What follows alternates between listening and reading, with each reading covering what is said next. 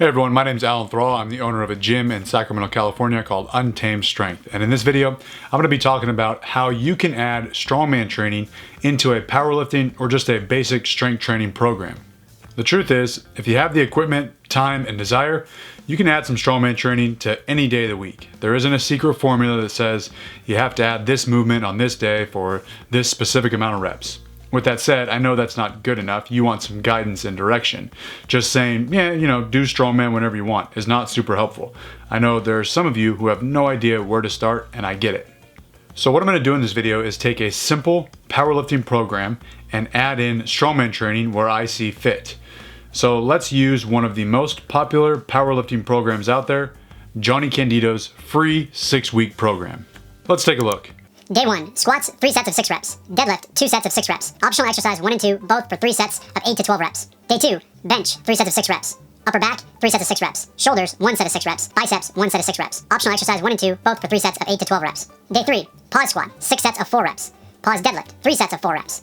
Optional exercise 1 and 2, both for 3 sets of 8 to 12 reps. Day 4, spoto press, 6 sets of 4 reps. Pause upper back, 6 sets of 4 reps. Shoulders, 1 set of 10 reps. Biceps, 1 set of 10 reps. Optional exercise 1 and 2, both for 3 sets of 8 to 12 reps. This video isn't about turning a basic strength training program like this into a strongman program. It's about how to add strongman. So I'm not going to get rid of anything and I'm not going to change anything. Rather, I'm just going to suggest where to add to the program. Fortunately, this program contains a few optional exercise slots, which I will take advantage of.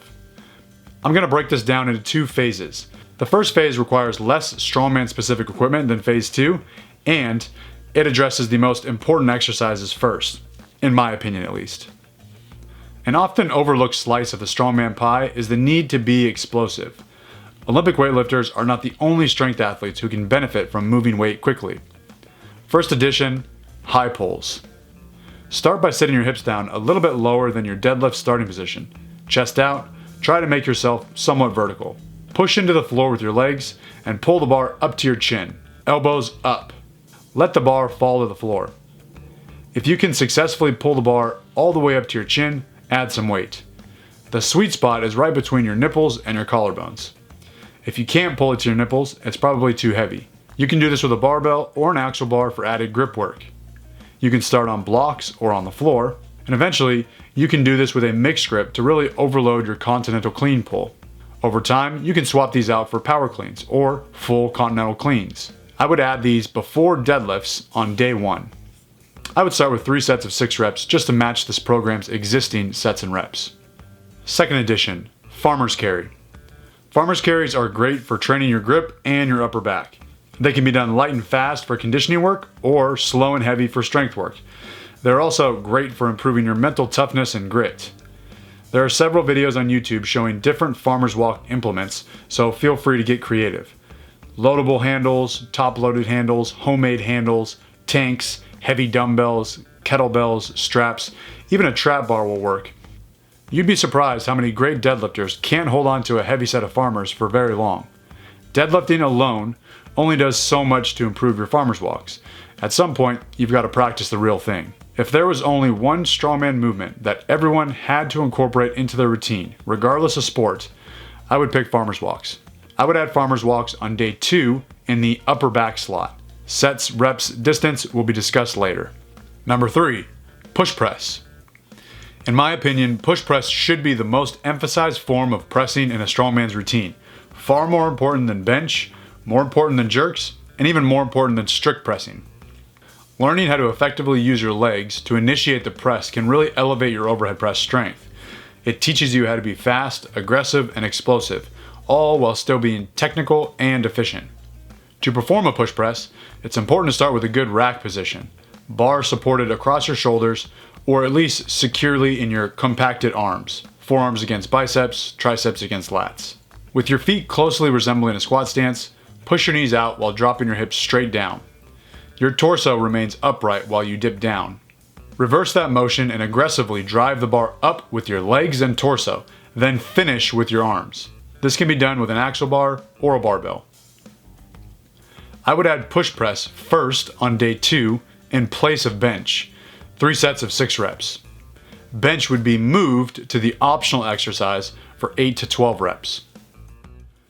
Number 4, sandbag loads. Sandbags are a staple of strongman equipment basics. Not only are they used in a lot of events, but they can substitute a Husafell carry or a keg carry or really any other odd object carry. Sandbags can also be loaded on a platform or over a bar to simulate Atlas stone loads.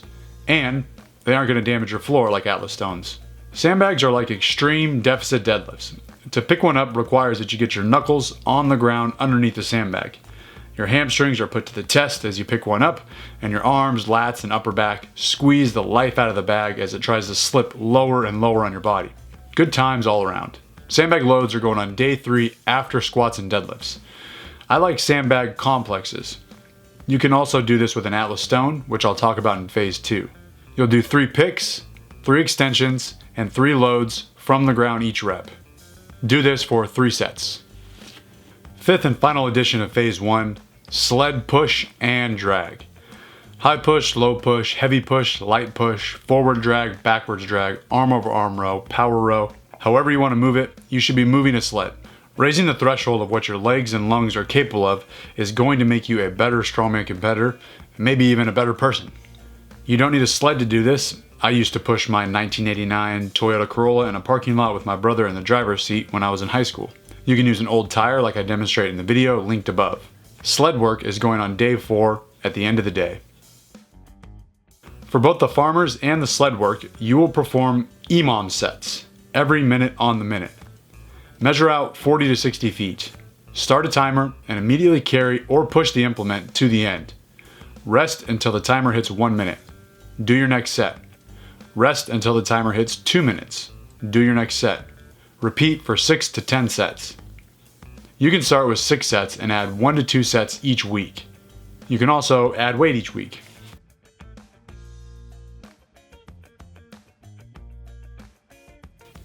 Phase 2. You've got the basics down and now you want to start incorporating some more specialized equipment into your routine. Log press. The log might be the most iconic overhead implement in strongman, so it's only right that I include it in this video. I would add the log first on day 1, 3 sets of 6 reps to match the other main movements. I would suggest you start out by cleaning each rep. This will be more tiring than 1 clean and 6 presses, but that's the point. It's going to force you to use less weight by default. And since it's new, less weight is a good thing. If the day becomes too long to complete, just get rid of the optional exercises at the end. Tire flips, my favorite strongman implement and one of the first implements that got me hooked on strongman training. You can find one of these at an old tire repair shop. If you ask them for an unserviceable tractor tire that they can no longer use, they'll usually give it to you for free. I'm putting tire flips on day 3 after squats and deadlifts. 3 sets of 4 to 8 reps. This really depends on how heavy your tire is. 200 pounds, 400 pounds, 600 pounds. Who am I kidding? 1,000 pounds! Atlas stones. These are going to replace sandbags after 4 to 6 weeks. You'll do the exact same sandbag complex with the stones. 3 picks, 3 extensions, 3 loads from the ground, rest, and you'll repeat for 3 total sets. Finally, yoke walk. Let's put 200% of your squat max on your back and try to walk with it. Yoke walks will replace sled work after 4 to 6 weeks. EMOM sets, 6 to 10 sets of 40 to 60 feet every minute on the minute. You'll notice that I don't worry too much about separating upper body and lower body days. In fact, I encourage full body days. One reason is because strongman competitions are full body days, and I think your training should reflect that. But even if you're not a competitor, I still think that you can benefit from full body days. In my opinion, full body days are the ultimate recovery tool. Moving in a variety of different ways every time I'm in the gym allows me to handle more work, which makes me better all around. Motion is lotion, movement is medicine. Squat, push, deadlift, pull, carry, sprint, jump, throw, whatever it is, I try to stay active as often as possible. This doesn't mean you need to max your overhead press 5 days a week, but you could certainly put weight overhead 4 to 5 days per week. Just pick different variations and different set and rep schemes that utilize different loads. Strict press, push press, power jerk, split jerk, one arm press, barbell, dumbbell, axle bar, log, overhead carries, the list goes on. I really think we can learn a lot from Olympic weightlifters. They are some of the best at putting weight overhead. They put weight overhead every training session, not just 1 day per week on press day. Anyways, I digress. Don't be afraid to use your upper body and your lower body each time you train in the gym. As far as exercise order, I'm not really picky here. It's like flossing your teeth. It doesn't really matter when you do it, as long as you're doing it every day. With that said, I like to include the most explosive movements first as a primer for the heavier lifts to follow. I also prioritize the most important movements earlier in the training session. If I'm getting ready for a strongman competition with log press, I'm probably going to put log press earlier in the workout. The order of events in an upcoming competition also influences the order of events in a training session. Not always, but usually. Conditioning work and medleys will usually go last because they tend to be the most exhausting. But I'll say again, if you want to move these exercises around because of preference, equipment limitations, or whatever, that's totally fine. There's no magic to the exercise order listed in this video. So there's your Strongman program blended with Candito's free 6-week program. I do have another free Strongman program on the Barbell Medicine website, as well as a much more in-depth paid template. Links in the description of this video if you're interested. Thanks for watching, and always remember, train on time!